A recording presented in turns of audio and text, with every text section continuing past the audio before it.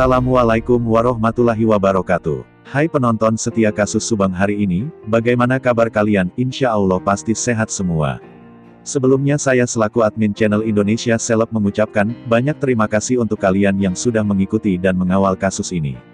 Sebelum kita ke pokok pembahasan, Mimin sangat bersyukur ya kepada kalian yang telah mengklik video ini, yang artinya, Mimin yakin kalau kalian masih penasaran terkait siapa pelaku pembunuhan ibu dan anak di Subang, dan kalau begitu mari kita kawal sama-sama kasus pembunuhan Subang ini sampai terungkap.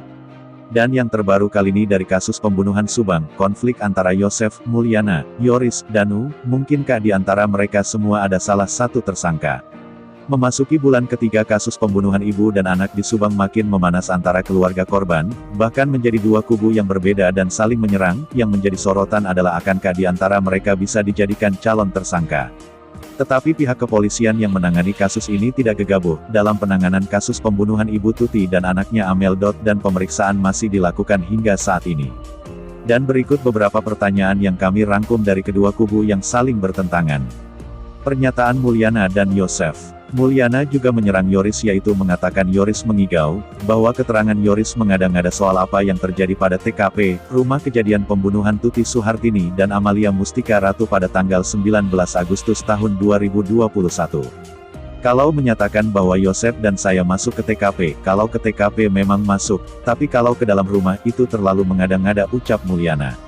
Keterangan Mulyana soal TKP, ditayangkan pada YouTube Misteri Mbak Suci, jangan mengada-ngada kata Pak Mulyana, mari buktikan bersama, diunggah Sabtu, tanggal 13 November tahun 2021 malam. Menurut Mulyana, ketika di TKP itu, Yoris anak Yosef dan Tuti Suhartini dan kakak Amalia Mustika Ratu, mengobrol dengan Yosef di belakang mobil Yaris. Kalau Yoris mengatakan juga Mang Mul, Mulyana adalah paman Yoris dengan ayahnya, Yosef itu ngalindur ngomongna, mengigau bicaranya, ucap Mulyana. Menurut Mulyana, yang masuk ke dalam rumah adalah Asep, Arif, Bang Gede, dan seorang lagi, yaitu polisi dan penyidik yang mendampingi. Menurut Mulyana, di dalam sudah ada penyidik, di mana dirinya hanya melihat dari luar. Mereka yang masuk pun lewat dapur, bukan dari depan. Mental saya sudah down karena terbayang apa yang terjadi di rumah itu. Sebab yang tewas itu adalah kakak dan keponakan, kata Mulyana. Karena itu, menurut Mulyana, ia berdoa mudah-mudahan pembunuhnya bukan ditemukan olehnya, karena bisa bernafsu menyiksa pelaku.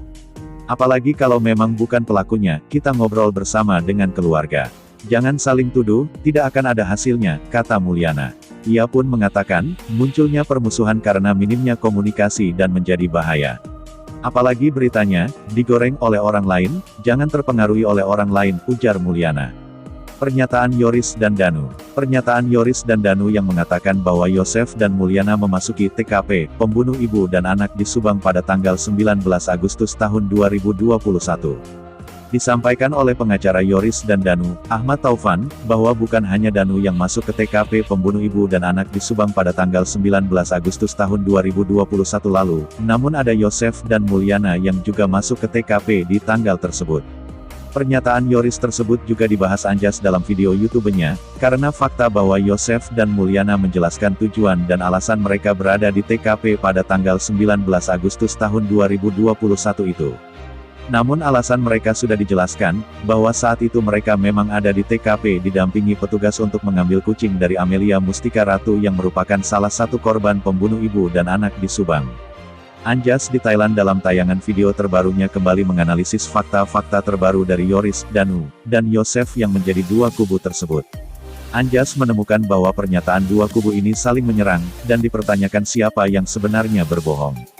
Anjas juga menambahkan pertanyaan apakah alasan dua kubu ini berbeda pendapat karena permasalahan keluarga yang ada atau bukan. Sehubungan dengan Yosef dan Yoris yang punya masalah keluarga, dikhawatirkan bila hal ini menjadi faktor ditutupinya fakta yang sebenarnya.